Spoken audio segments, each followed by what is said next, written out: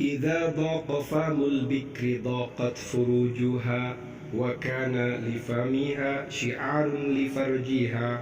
Idza dhaqa, jika rapat, jika sempit, famul bikri, mulutnya perawan, dhaqat, maka sempit, furujuha, farjinya. Wa kana li famiha, mulutnya perawan memiliki syiarun, petanda, simbol, li farjiha, pada farjinya atau misfinya. Assalamualaikum warahmatullahi ta'ala wabarakatuh. Bismillahirrahmanirrahim. Alhamdulillahi rabbil alamin. Allahumma salli ala Sayyidina Muhammad. Pada kesempatan kali ini kita akan mengkaji kajian kitab Fathul Izar, yang mana yang saya kaji ini adalah kitab asal atau rujukan utama dari kitab Fathul Izar. Mengingat yang ada pada kitab Fathul Izar ada kesalahan data, sehingga saya membaca pada sumber aslinya, yaitu kitab Al-Bujairimi Al-Khatib. Ini adalah data yang bersumber dari kitab Al-Bujairimi Al-Khatib sebanyak 5 jilid sebagaimana yang ada dalam gambar di atas. Kemudian fokus kajian ini adalah akan membahas terkait dengan tanda-tandanya perawan yang berhubungan dengan alat kemaluannya. Sehingga ketika suami atau calon suami memahami ini, justru ini kabarnya baik, kabarnya positif, bisa menyesuaikan dengan kemampuannya masing-masing. Kalau dirasa tidak akan mampu menghandlenya, sehingga jangan memilih wanita yang ia sendiri tidak akan mampu menghandlenya. Berangkat dari itu, kepada kaum perempuan khususnya, jangan tersinggung. Justru ini ilmu penting untuk dipahami oleh kaum suami agar mereka bisa menyesuaikan dengan kemampuannya dalam urusan al-jima' atau al-alaqah al-jinsiyah, hubungan seksual. Seperti apa itu? Mari kita simak kajian berikut ini. Mohon tetap berpikiran positif, tidak usah negative thinking. Bismillahirrahmanirrahim. Qala, berkata ahlul firasati wal khibrati bin nisa, ahli firasat dan yang pakar atau punya pengalaman dengan perempuan. Bagaimana menurut pendapatnya para pakar? Idza kana famul mar'ati, jika keberadaan mulut perempuan wasi'an adalah lebar, kana farjuha wasi'an, maka farjinya lebar. Wa idza kana saghiran, jika mulutnya itu kecil, kana farjuha saghiran dayiqan, maka farji perempuan ini kecil dan rapat.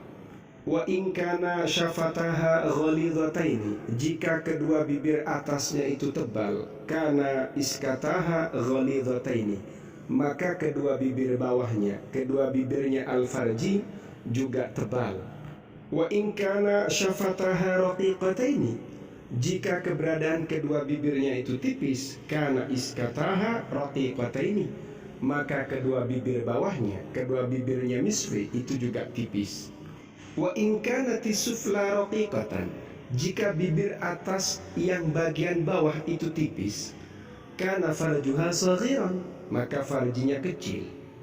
Wa in kanat lisanuha syadidal humrati, jika lidah perempuan itu sangat merah, kana farjuha jafan minar rutubati, maka farjinya kering, tidak becek. Wa in kana lisanuha, jika lidah perempuan itu maqtu ar-ra'si, ujungnya terpotong, kana farjuha kathir rutubati, maka farjinya itu sangat basah, sangat lembab, agak becek berarti. Wa in kanat hadaba al-anfi, jika perempuan itu hidungnya bongkok atau hidungnya berpunuk, fahiyya, maka adapun perempuan ini qalilatul ghardi fin nikahi, sedikit keinginannya untuk berjima, ndak doyan. Wa in kana ma wara'a udhuniha makhsufan, jika keberadaan sesuatu yang berada di belakang telinganya makhsufan, tenggelam, jadi wilayah yang berada di belakang telinga itu tenggelam ke dalam, fa innaha syadidatul raghabati fin nikahi, maka perempuan ini sangat senang dalam urusan nikah, sangat senang dalam berjima. Wa in kanat tawilata dhaqani, jika perempuan ini dagunya panjang, fa innaha fatihatul farji, maka farji perempuan ini membuka, qalilatus sya'ri, sedikit bulunya. Wa in kana saghirata dhaqani, jika dagu perempuan ini kecil, fa innaha ghamidatul farji, maka farji perempuan ini rata atau gemuk atau mentol. Wa in kanat kabiratal wajhi, jika perempuan ini wajahnya besar, berwajah besar, berwajah oval, ghalidhatal unuqi, dan juga lehernya tebal, dalla dzalika, hal itu menunjukkan ala sigharil ajuzi, pada kecilnya pantatnya, kecilnya bokongnya atau bagian belakangnya. Wa kibaril farji, dan farjinya itu besar, wa diqihi, tapi juga rapat.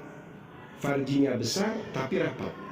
Wa idza kathura, jika banyak, zahiru syahmi qadamiha, lemak yang nampak pada kakinya, wa badaniha, dan tubuhnya, berarti gemuk. Azuma farjuha, wanita yang gemuk ini farjinya besar. Wa hadiyat inda zawjiha, dan disenangi oleh suaminya.